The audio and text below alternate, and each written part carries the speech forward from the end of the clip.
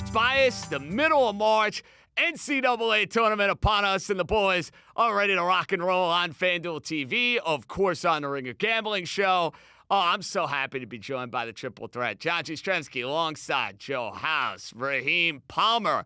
As the NCAA bracket is in front of us, we are going to make a whole lot of irrational decisions over the next couple of minutes and have some fun jumping in the pool that is college basketball. And, you know, Joe House, I got to be fair on this. We're not handicapping college basketball a ton in November and December.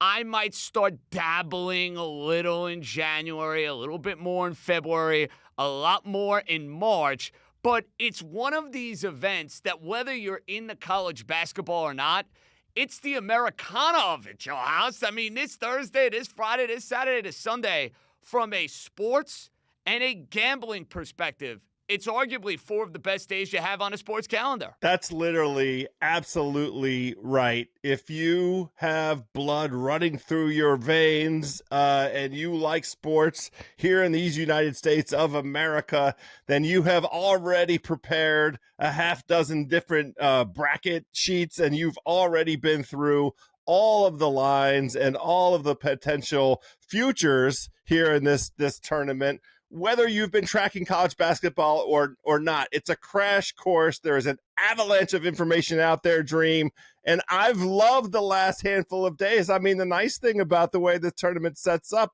you get a little breather Monday, Tuesday, and into the first part of today, but I've been firing each day. I find some new nugget, some new reason to go ahead and fire something in, both for the Thursday, Friday games and some futures, Dream. So I'm living it, and it's the best life right now. It is truly the best life. And the best life started off absolutely incredible, because if you look at the first four games, let's start off with that first game with Alabama State versus St. Francis, PA. We got a hell of an ending. And that was just an appetizer for what we're going to see today on Thursday for the opening of the NCAA tournament. You got a lot of games to bet. Hopefully we can make you guys some money. Hopefully you guys That's can make the idea. Dream, you're in Vegas. Are you ready for the scene that is Vegas in March Madness? Are you going to dare venture to the sports books over the next 4 days, or is that going to be like amateur hour city for you? I'm going to spend a little bit of time in my own place. I like to be in my own compound when I'm betting games, but I am going to step out. I'm going to hit some of these sports books. I'm going to party. I'm going to have a couple of drinks. I'm going to have some wings. I'm going to have some pizza. Hopefully meet some nice women and then watch the games and be excited. That's what I'm talking about. Now, boys, we got this tournament started with a bang because on our Monday East Coast bias, Joe House, I gave out to everybody listening the North Carolina Tar Heels to go and take down San Diego State. I have narratives that I follow, and last year I might have gotten off the beaten path a little bit. When in doubt, you fade the Mountain West Conference. And House, it's amazing. It always seems like the team that all of the pundits and all of the experts say, oh, they don't belong in a tournament. They have no business being in a tournament. They usually proceed to not only win the playing game, but then they go and win a couple of more games along the way. Obviously, Carolina has a pedigree of talent and athletes that's capable of making some noise. House, not only am I going to bet them against Ole Miss, I'll take it a step further, buddy boy. Before the play-in, I got them at plus 650 to make the Sweet 16. I think that's live, baby. I totally agree with this, and you're right, your big picture observation, and it does validate the idea of this first four. I left hand up, was very skeptical at the outset when they introduced this, but I actually kind of love it. It gives you a couple games to focus in on.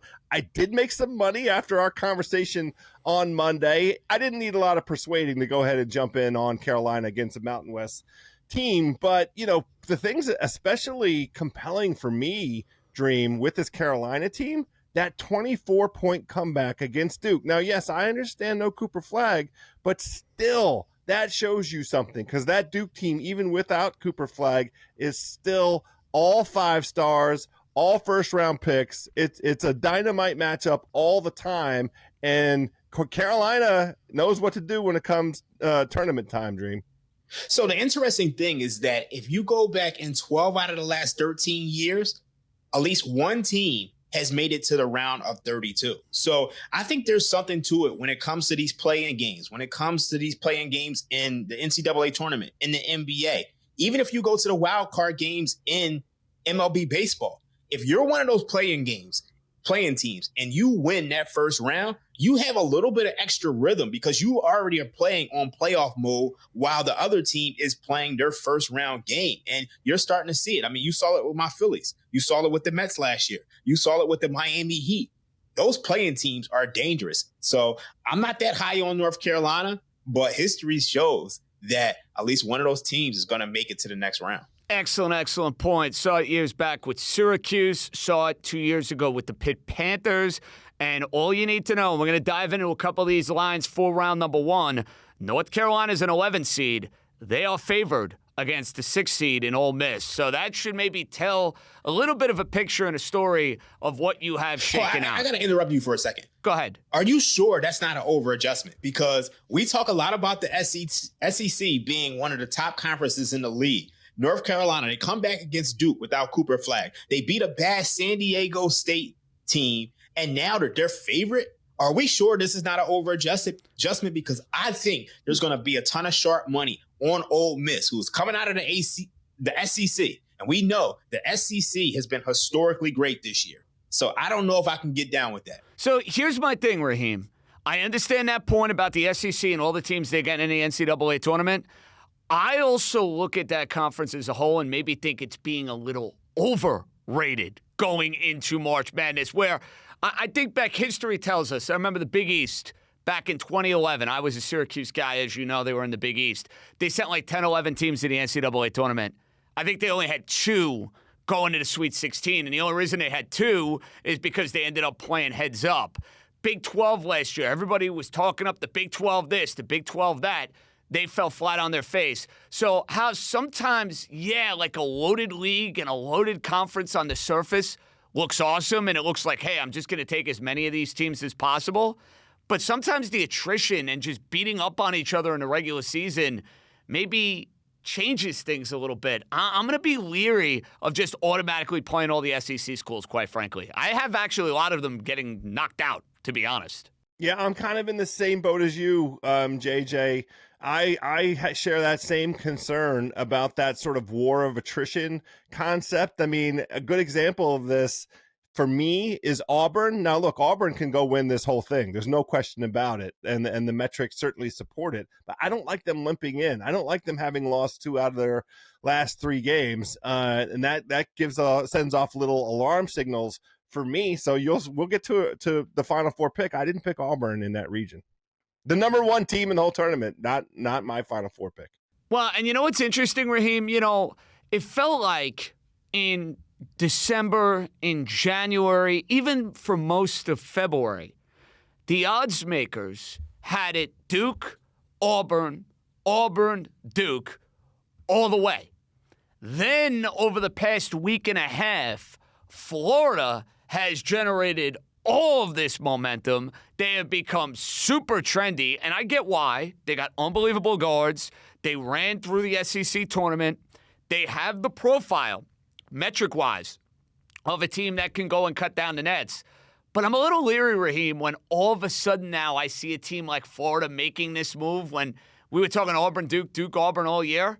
I almost feel like Florida now is getting maybe a smidge overinflated. Interesting. That is very interesting. But of course they could be overinflated because they are in a bracket with St. John's. And, St. John's is really tough. They're also in a bracket with Texas Tech. So they don't necessarily have an easy bracket to get through. So I probably could agree with you at the current number. But if you got the number, even last week, you got Florida 7-1. Now you're down to plus 340 on the FanDuel Sportsbook. I don't think there's a ton of value there at this point. But obviously, they're the 1 seed. They should beat Norfolk State. And then they played a winner out of UConn and Oklahoma. And we've been saying UConn is fraudulent all year. It's interesting, Raheem. When we go through these regions, I do think that UConn is not the team they've been in years past. They'll have Mountain around the 64. You'll have to wait and see. That might be featured in this guy's card. We got a lot more coming your way in this loaded edition of East Coast Bias. We'll give out our Final Four picks.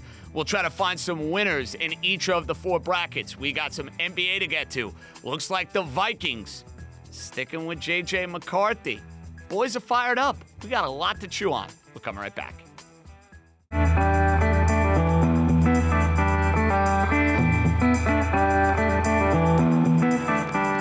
Welcome back to East Coast Bias. All right, let's run through these 4 regions. What we're going to do is we're going to give out our pick to win the East, the South, the Midwest, and the West. And then we're going to try to find a game that we like in around the 64. Maybe we'll find an upset. You'll have to wait and see. Okay, House, Duke, Cooper Flagg's going to play. By all accounts, by all indications, he is ready to rock. He's ready to go. He's going to play. Duke's at minus 140 to win the East region. Then you look, Alabama's at 4-1. Arizona's at 8-1. And then you really got to drop off. Wisconsin, BYU, St. Mary's. The way I see this region, fellas, this is the Duke Invitational. I mean, Alabama's got injuries galore. Arizona never wins in the NCAA tournament. Can't trust them. I love the Oregon Ducks. They might have their hands full in round 1. And Oregon is not the team that they've been from an offensive standpoint in years past. And you're going to tell me Wisconsin's going to go and take down Duke? Sorry, my folks who are listening and watching up in Madison, up in the Midwest, it ain't happening. You're not beating Flagg. You're not beating Duke. House, I'd have no problem laying that 140. I think Duke has an absolute cakewalk to the Final Four, and I'm going to be stunned if we're sitting here 2 weeks from now and they're not playing in San Antonio. Well, you're not going to get a better price than the minus 140 if Flagg comes out and looks good. I'm feeling a tiny bit squeamish about it because I want to see him move. I want to see him run. I want to see him move laterally. So I'm not inclined to jump in quite yet and do anything with this region. You know, there are a couple games on the slate that I'm interested in, but I think I'm inclined to stay away from Duke because I want to see that man move a little bit. Yeah, I don't like the price. Like, so you're laying 140 basically on a 5-team parlay. But what do we think Duke is going to be in any of these games, Raheem? Like, even if they matched up with Alabama, I still think they'd be laying, 4.5, 5? But, I mean, it's still 5. It's still, you still need 5 games to have it. Well, 4 games. 4 games. Yeah, 4 64, games. 32, 16, and 8. Yeah, 4 same concept. Yeah, but the fact that you need 4 games, and I'm not even getting plus money on this, and it is college basketball. I mean, a team could go out there and make 15 threes, and you're cooked. So to me, like you said, if they're playing Alabama, I would just rather just wait and just lay it on them to win the Elite 8 as opposed to just, I think right now there's just no value in it. I understand that, guys. I understand that. But Duke's going to the Final Four. So maybe you don't want to lay the 135 or the 140, but at the end of the day here, Duke's going to the Final Four. The only team that I actually think would match up well with them, but I'm skeptical if they're even going to get there, is Arizona. Because they have 2 experienced guards, they have a lot of size, they have a lot of athleticism. The problem I have, House, is I've gotten burned with Arizona so many years, I'm not confident they're going to find their way even to the Sweet 16. So, if it's Arizona-Duke, I think it'd be a hell of a game. I think Duke would sweat. I think they'd probably find a way. But there's just not a team in this region where I'm willing to go and say, yeah, I'm willing to go and take them over Duke. You know what I mean? Yeah, I get that. I like the idea of waiting until we're at that Elite 8 game and seeing what that matchup is and what the price is and maybe jumping in with both feet there. I honestly am not prepared to dismiss Alabama. I know a lot of smart folks have said that Alabama fits a profile of a team that can get ousted in the first couple of rounds, and I agree with this, but they also possess extraordinary ability to score the basketball from 3. And there are examples in the past of teams that get hot all at once collectively. And if they come out and get hot, I do like the idea of Alabama getting at least to that Elite 8 game for a chance at the Final Four. Gentlemen, I'm looking at the East region games, and I'm trying to find the best bet in each of these regions. And by the way, I gave out so many picks on the pod we did 24 hours ago with all the boys, with the Bundo, my buddy Art DeCesar, who Raheem knows well, Mike Carver over at Sports Grid. So my head is still spinning because I think we picked every game, and I feel like I'm seeing the equations like I'm Zach Galifianakis in The Hangover playing on the blackjack table. Raheem, my best bet for this region, though, I know VCU is in a really tough spot from a travel standpoint. They're playing out on the West Coast in the altitude. They played in the A-10 title game on Sunday. Their pressure defense I think is going to be so problematic for BYU. And BYU had a good run in the Big 12 tournament, but that team don't play a lick of defense. I'm taking VCU, who's had a knack for playing well in this NCAA tournament. I am grabbing 2.5. Out of all the games in the East region, I'm staying off Arizona, too many points. Didn't want to go near Vandy and St. Mary's. Not laying it with Alabama. VCU plus 2.5 for me, Raheem, is my best bet here for the East region, at least for the round of 64. You know what's so crazy? I'm against you on this. Heads up. I like it. Wow. Okay. Yeah, I'm going with BYU because I think they're the more battle-tested team. Yes, they went 8-7 in quad one games this year, but if you look at VCU, they had a strength of schedule that ranked 111th this year. I mean, like, who did they play? Colorado State. I mean, earlier on in the year, New Mexico, they lost. Dayton. Like, look, BYU's beating Iowa State. They beat Arizona on the road. They beat Kansas by 34. This is a team who's just completely battle-tested, and I think that matters when it comes to the NCAA tournament. So there is a lot of sharp money on VCU, but I'm fading that sharp money. I'm taking BYU. Heads up right out of the gate, House. I love it. This is amazing because I'm with JJ on this one. So we have one right away where we're... Wow, it's never like this, House. I feel like it's I'm so usually rare the that me lone and House wolf. are against each other. We normally have the same mind. Well, this is an instance where, the NCAA tournament is so gosh darn good because styles make fights, right? Like this is literally the perfect cauldron to just take all these ingredients you throw in and see what comes out. And I'm just captured by the VCU defense, their ability to press and control the flow of the game. They lead the nation in points allowed at the rim. Their half court points per possession is tops in the nation. Your point about their competition is on the money, Dream, but I wonder about BYU's ability in the short time since it was announced on Sunday evening that they're going to go up against a team that plays a very specific and unique style of defense. I just wonder about their ability to score. And so I grabbed the 2.5 with VCU. I'm with JJ. Ooh, I like it. Now, Raheem, I had a hard time with this one, finding an upset. Normally I love to give you guys something fun. VCU was really the best I could do. Do you have any upset in this or no?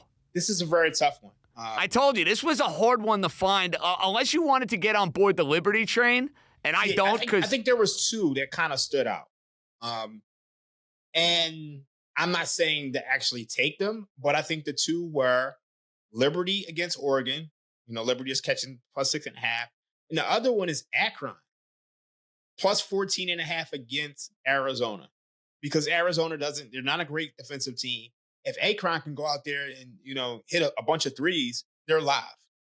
But they're live as a 14-point dog. So, I think it's a high variance situation. I think Arizona could easily go out there and beat them by 17, or you could look up and there's 2 minutes to go and it's a 1-point game, depending on how the 3-point variance goes. JJ, I just want you to know, I want all of America to know that I am getting on the Zips because Dream just dropped a nugget that is so magnificent.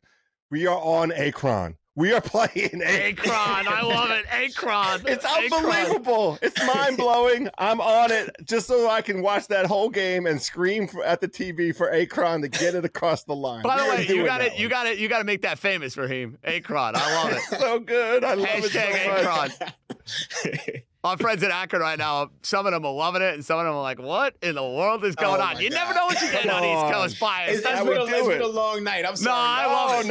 I love it. It's officially, Raheem, it's officially Akron as far as I'm concerned. Don't you dare apologize. We are on that Akron. It's over. It's over. All right, guys. We're all on Duke here, right? That's the consensus. And I know, House, you had a little skepticism early in the week. Nobody's picking against Duke to get to the Final Four here, correct? No, I'm not. No. We're not picking against them. No way. We're smart enough. Not getting involved. Okay. Midwest region, guys. This one is far more competitive. I bet you we have 3 different choices here. That's just my gut feeling. Houston's at plus 125. Tennessee's at plus 330. How about this? Gonzaga's an 8 seed.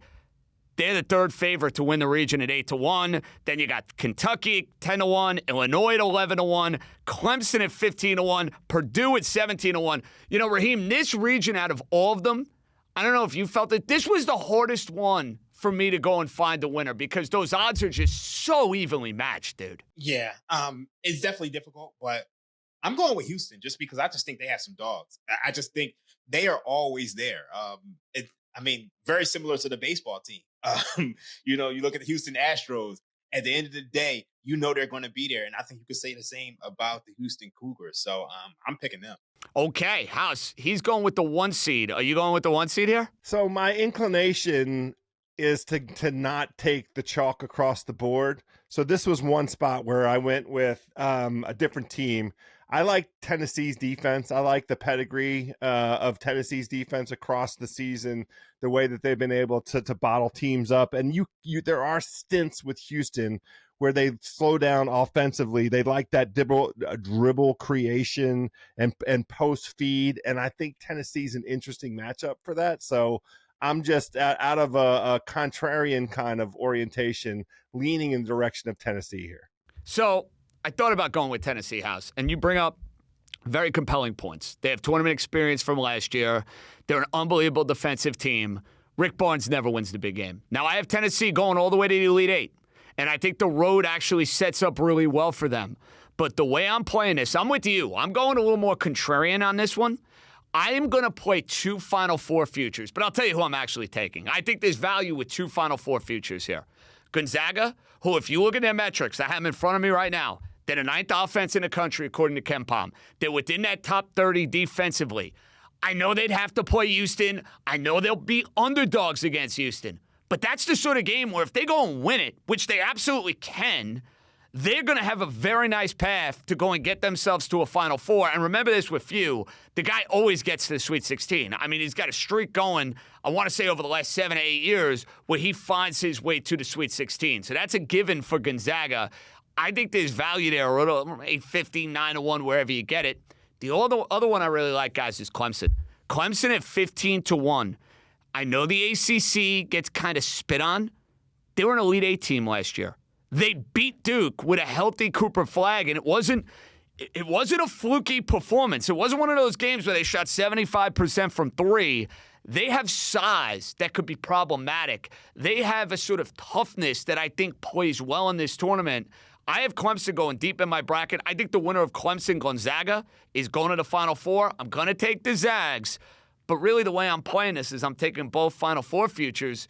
They're over, 850, 14, 15-1. How's the idea is let's get one of these on, big boy, Yeah, I like it. The interesting thing for me, and I'll sit down and do some of this math tonight, is are you better off playing money lines and rolling them over? Will you get a better price than buying the future right now? But that's just a math exercise in terms of the analytics, trying to find a path for somebody other than Houston. I wish both Gonzaga and Clemson were in different brackets than this one, because I do think that Houston, their athleticism, once again, on display. They're just so relentless. If Gonzaga or Clemson were in different brackets, I'd be inclined to ride them a lot further, but I don't mind where you're going with this, JJ. I think I like Clemson a little bit more. One of my upset picks is actually going against you. So is that Georgia or is it McNeese? It's Georgia. And you know what, Raheem? I understand why you're doing that. Georgia beat St. John's this year. That's a good team. St. John's, they have one of the wins over Florida, Kentucky. I like Georgia first half plus 3.5, and I like Georgia plus 6.5 against Gonzaga. I just think this is a team who can compete, and I think this is probably closer to a pick'em game than the market is indicating. So I probably wouldn't put the Gonzaga future in because, look, you're going to have to beat a solid SEC team in Georgia, and then you're going to have to beat Houston. Your 1 and 2 is just, it's a tough road. Crazy. It's a very tough road. I understand that. Now, Raheem, my best bet in this region, you mentioned Georgia, which we'll get to. I love UCLA against Utah State. I love it. Now, I understand UCLA, if you look at their numbers, they were great at home. They stunk on the road. Cronin bitched and moaned about UCLA playing in the Midwest all year with the new conference alignment. They didn't play well in road games, and they got smoked by Wisconsin in the Big Ten tournament. Raheem, I like the fact that they got embarrassed. Cronin, to me, is one of the more underrated coaches in America. He's going to yell and scream at those guys all week. they're going to compete their asses off against a Mountain West team that, to me, is going to profile and look like San Diego State did against North Carolina. I think that's a margin game for UCLA. I love that. That's my favorite play out of that region for the round of 64. I'm all over the Bruins. I like that one. I definitely like that one. Didn't Utah State, they lost to Colorado State last week, right? Yes, they did. A lot of teams lost to Colorado State last week. A lot of them. So, Raheem, is Georgia your best bet in this region? No, it's not. I actually have two best bets, and they're both totals. We're going to go with Purdue versus High Point over 152.5. You look at Purdue, they don't really have a ton of rim protection at all. You look at High Point, they're shooting 57% at the rim. We know Purdue's going to score. I think High Point, which is a very, very attractive underdog for a lot of sharp bettors. A lot of people are going to be betting them at 3-1 to beat Purdue. I'm not going to do that. I'm going to play the over 152. And then the next one, we're going to go with Houston versus SIU. First half under 59.5. I think that Houston defense, SIU, they're not ready for what they had to bring to the table. So those are my two best bets for that. So the fun thing with this one is I actually did go ahead and invest in High Point plus 7.5 against Purdue. I think this is going to be a track meet. I think Dream's handicap on this is on the money. The particular ways that High Point likes to score are super vulnerabilities of Purdue. The High Point, can score in hard roll. They're elite off the dribble. They're elite in isolation creation. All those things are vulnerabilities for Purdue. And High Point spacing and shooting, they can do that. Purdue allows a lot of unguarded catch and shoot. So I am on High Point plus 7.5 here. Boys, let's keep the winners going. When we come back, we got two more regions to break down. We got a grab bag to come. We got some NBA thoughts. We got a lot more to do over the final couple of minutes. Let's get rolling, East Coast Bias boys. We'll come right back.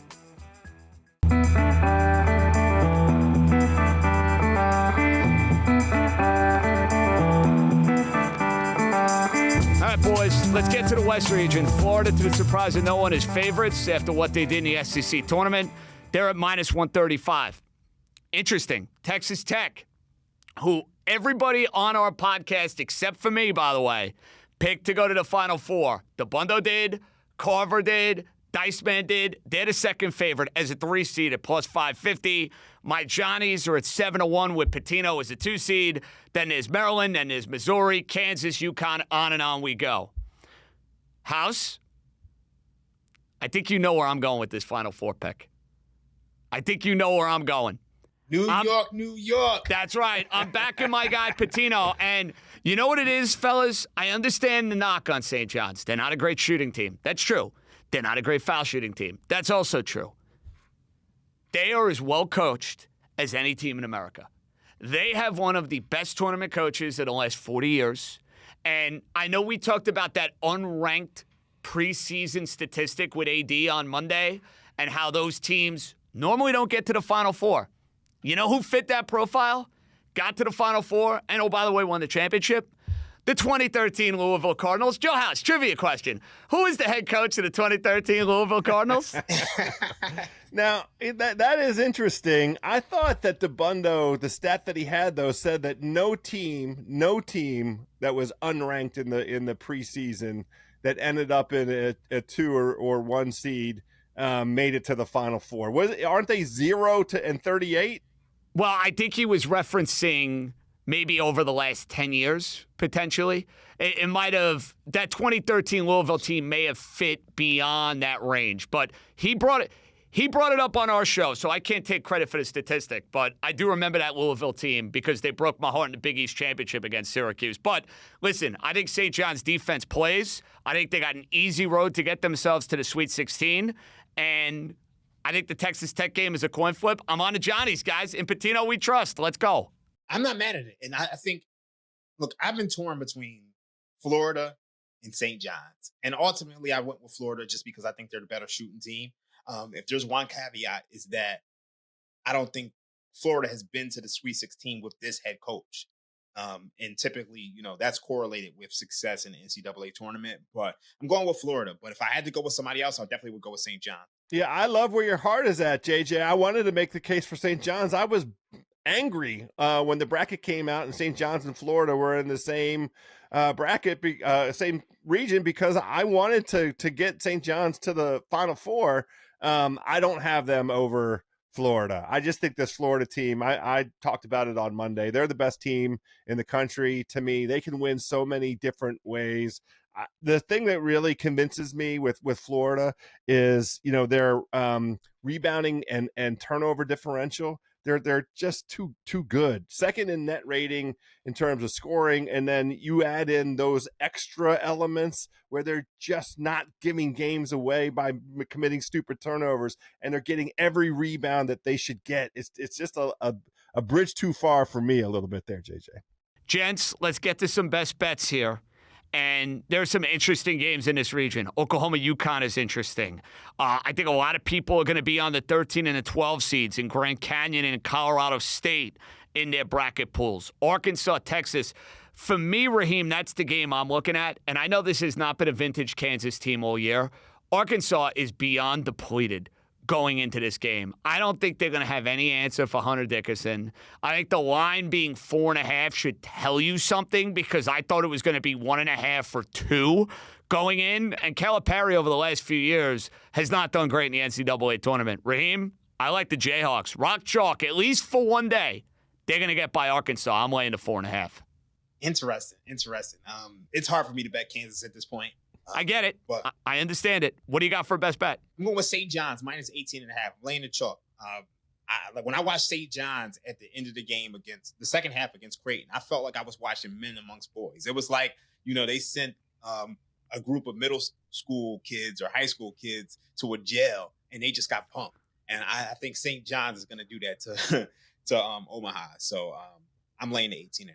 And I am looking at this Drake, Missouri game. This is another one I think a lot of sharps have jumped in on. Got this, grabbing the 6.5 with Drake. This is another style makes fights. They play extremely slow, 22 seconds average on offensive possession, the longest in the last 10 years. And I think they're going to be able to kind of inflict their will and control the game that way. I just like the idea of grabbing the points. Raheem didn't get involved with Colorado State and Memphis. Nobody wanted to touch that game, right? That's like a third rail. Yeah, I'm not touching that game. I think you're going to have sharps on both sides. So Colorado State playing like one of the best teams in the country. But like House said the other day, Memphis has some dogs. So I'm staying away. All right. We got one more region, guys, to get to. This region is the Auburn region. You have Auburn as the favorite. You have Michigan State. You know this, Raheem. I wanted you in your draft to end up with Michigan State. They were a pick right before you, and it ended up being disadvantageous to you because you ended up with a very good Iowa State team that's got an injury now that plays into the equation. You got A&M at 15-1. How about this, guys? The 11 seed North Carolina Tar Heels, they're 19-1. So a lot of people are coming in and taking Carolina to go and win the region. Louisville 21-1. Michigan 22-1. Joe House, I think Tom Izzo's due for a Final Four appearance. I think it's long overdue. I think he's got one of the best defensive teams in the country, and the bottom of that region sets up well for Michigan. I don't love what I've seen from Auburn down the stretch over the last week and a half. I still think you're getting value at plus 440. I'm taking the Spartans to go to the Final Four.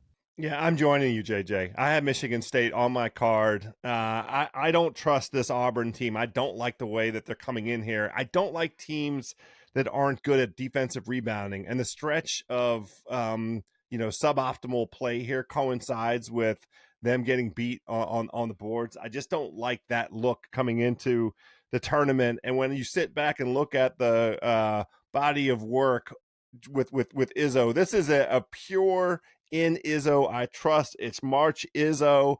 It is the pedigree, and I like the idea of Michigan State. Yeah, I want to agree with you guys. I really do, but I'm going down with the ship. I'm taking Iowa State. I don't care if Keyshawn Gilbert is hurt. I'm taking the plus 550. I'm not that high on Auburn either, but this is me taking a shot. I did have Iowa State in our draft, so I'm going down with the ship. So whatever happens, happens, but that's what I'm doing. All right, let's do best bet for this region. And Raheem, I may be going against short money. I don't care if I'm going against short money. North Carolina's not losing Ole Miss. They got the voodoo. They got the swagger. We talked about the momentum of being able to go in that playing game and parlaying it into the next round. I think you're going to see it here. I know Beard's a really good coach at Ole Miss. I respect him a lot. Tar Heels, not messing around. I'm playing them -1.5, but take that money line at -122 to be safe. That's my best bet for this region. Okay, my best bet for this region, y'all know I'm an Ivy Leaguer. Y'all know I rep UPenn, Wharton School of Business. But this time we going to Yale, +7.5 against Texas A&M. Got to take the Ivy League champions. I just think, they're really tough out here. And, obviously you saw what they did against Auburn last year. I think they have the experience. They have one of the best guards in the country. So I think they covered at 7.5, and they might even be a little bit live to win this game. Oh, absolutely. Love the Ivy House. Love it. I have it sitting right here staring at me on the paper. Yale +7.5 against Texas A&M. I don't like that Texas A&M is a bad three-point shooting team. They barely shoot over 30%.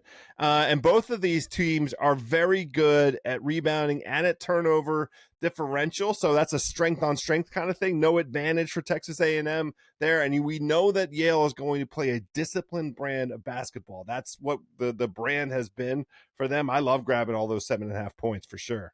And guys, UC San Diego has become way, way too trendy. You know what happens when a 12 seed becomes way, way too trendy? We're going the other way. I like Michigan. I am taking Michigan. I'm laying a 2.5. I don't care. Give me the Michigan Wolverines. I got a question for you, because the last two Big Ten champions, they lost in the first round. And I'm sure the line indicates that, Raheem. Yeah. Travel. Does that continue here? I say no. I think they're way too trendy, UC San Diego. I just think they fit the mold of reeks of the trendy. And I don't like the trendy this time of year. We got a lot more coming your way on this loaded edition of East Coast Bias. We have our Final Four. We have locked that in. We feel good about it. When we come back, a little NBA, a little Aaron Rodgers, a little ringer grab bag for the East Coast Bias boys right after this.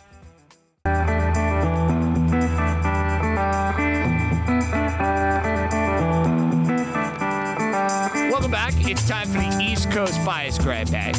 Boys don't know what they're getting, but they're both going to get this one right out of the gate for question number one. All right, Joe House. The NBA storyline leading into this weekend that fascinates you the most would be what? The rise of Golden State and Minnesota in the West. Both of those teams trying to get across the line and not have to play in the play-in tournament if they can avoid it. And the jam-packed jumble of teams in the West between that 2 seed and that 7 seed.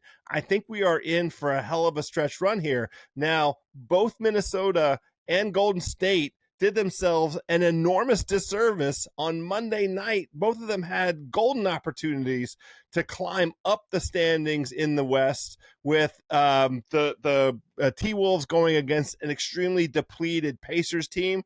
Now, in Minnesota's defense, if we're going to say that, the Pacers were at home. Golden State has no excuse for laying an absolute stinker against a Denver team that didn't have Jamal Murray, did not have the Joker, and didn't have Christian Brown. Kerr came out afterwards and talked about how tired Steph Curry is. It put me on alert with this Golden State team, but I think the West is going to be a tremendous ride down the stretch run here, Dream. I think you hit the nail on the head. And I think the thing with the West is that you can't even play any futures right now, because every single day the order changes, and so much is going to depend on matchups. But I really want to talk about the Warriors, because I think the Warriors just have an element that I don't think they've ever really had in the past. They can get to the free throw line. You look at this Warriors team, they are now third in offensive free throw rate, about 24%. And look, in the past, they've always depended on Steph Curry, Klay Thompson, open jump shots. But now when you can slow down the game and get to the free throw line, and you got two dogs in Jimmy Butler and Draymond Green defensively, I think the Warriors are quite scary. So I think they're the most intriguing team to me, because, look, if they're not turning the ball over, they can stop teams. And if they're not turning the ball over, that means they're either getting to the free throw line, or, Steph Curry is hitting those threes. So I think this team is extremely live to win the West. So I think they're the most intriguing storylines. Oh, I totally agree with that, Raheem. And you mentioned the ability of them being able to get to the rack with far more ease. How much of that is the Jimmy Butler factor? I'm sure those numbers must be going through the roof from before and after the trade, right? Like, that's got to enhance, the idea of Jimmy Butler getting in a rack, getting fouled, doing his thing. Got to figure over the last few weeks that's changed quite a bit. Yeah, I mean, it's definitely Jimmy Butler. And then, the one thing that's interesting to me is because they didn't have to give up Jonathan Kuminga. They gave up Andrew Wiggins, who we know can be very inconsistent. Jonathan Kuminga, he's a guy who, he has a ton of athleticism. He's young. It's surprising to me that Miami didn't opt for him because I think he's going to be a key factor in this Warriors team as well. Excellent point. Now, the boys are both getting this next question as well. And Raheem, I'm going to first on this one. Fact or fiction? The Minnesota Vikings will regret in 2025 passing on one Aaron Rodgers. They won't regret it in the long term, but they may regret it in the short term. I see where you're going there. Because you're going to have McCarthy develop. You're going to have him hopefully grow into your quarterback. But your point is, and I would make the same point as well, if they want to win next year, Rodgers, in theory, would give him a better chance to do so. You do agree with that? Yes, that's exactly my point. Okay, so that's a fact. Would you agree with that, Joe House? No. I think that at this stage of the game, any team that has serious ambition to try and go win football games at this point wants nothing to do with the drama king. And this last round now, it's very hard to separate the signal from the noise with all of the stories that are out there. But it seems like another attempt by Rodgers in terms of, what team he's going to select and what he wants them to show him. I'm done with it. I'm done with him. I don't think that he has anything particularly valuable to help a team that is close. Now, if he could just shut up and show up, then it would be a different story. But he continues to demonstrate an inability to do that. So who needs it? One more, Joe House. Aaron Rodgers will be a Steeler or a Giant, or will be joining you and I on the golf course this fall. Fact or fiction? I really, really, really, really, really, really, really, really hope he ends up on the Giants because that would be an absolutely hilarious outcome. Now, he did just spend a full year in New York, and so there is a kind of a natural comfort. The New York media he can certainly handle. And on the face of it, it's not crazy for the Giants in a transition moment. They really caught something great with Neighbors and with Tracy. They do have young building blocks on that offensive side, but that offensive line is an abomination, and he couldn't move for 92% of the season. It was the reason that the Jets season went down the tubes. That man couldn't move, and their offensive line wasn't as good as it was supposed to be. So I really hope he ends up with the Giants because I'm here for the comedy. Well, it'll be good news for your Washington Commanders. I understand that. But it does make sense for the Giants. They need somebody to kind of bridge that gap from whoever they're going to draft. You need that veteran guy. And you could have worse veteran guys. Yeah, Aaron Rodgers is more likely to end up spending the year in a blackness or ayahuasca retreat than going to the Giants. Wow, Raheem not buying it. All right. I mean, let's be real. He wants to play for a winner or a team who at least has a chance at winning a championship. Otherwise, I don't see him playing. So I think it's Steelers, and it doesn't seem like he's that interested in the Steelers, but it's Steelers, another team who can make the postseason because the Giants can't, or pass. Otherwise, he's probably just we're probably never going to see him again. He's probably just going to be in the mountains doing what he does. We shall see. Boys, when we come back, we have given out a lot of winners, hopefully already. A couple, it's a part winner because either Raheem or myself is going to win, which, somebody's got to win on the show, so we like the sound of that. But we'll give our best bets, whatever the boys have in mind, and wrap up East Coast Bias with an absolute bang.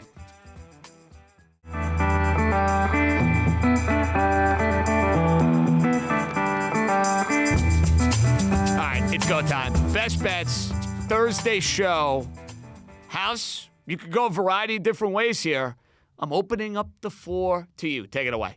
It's got to be the tournament. I mean, it is March Madness, and I'm going back to the defending champ.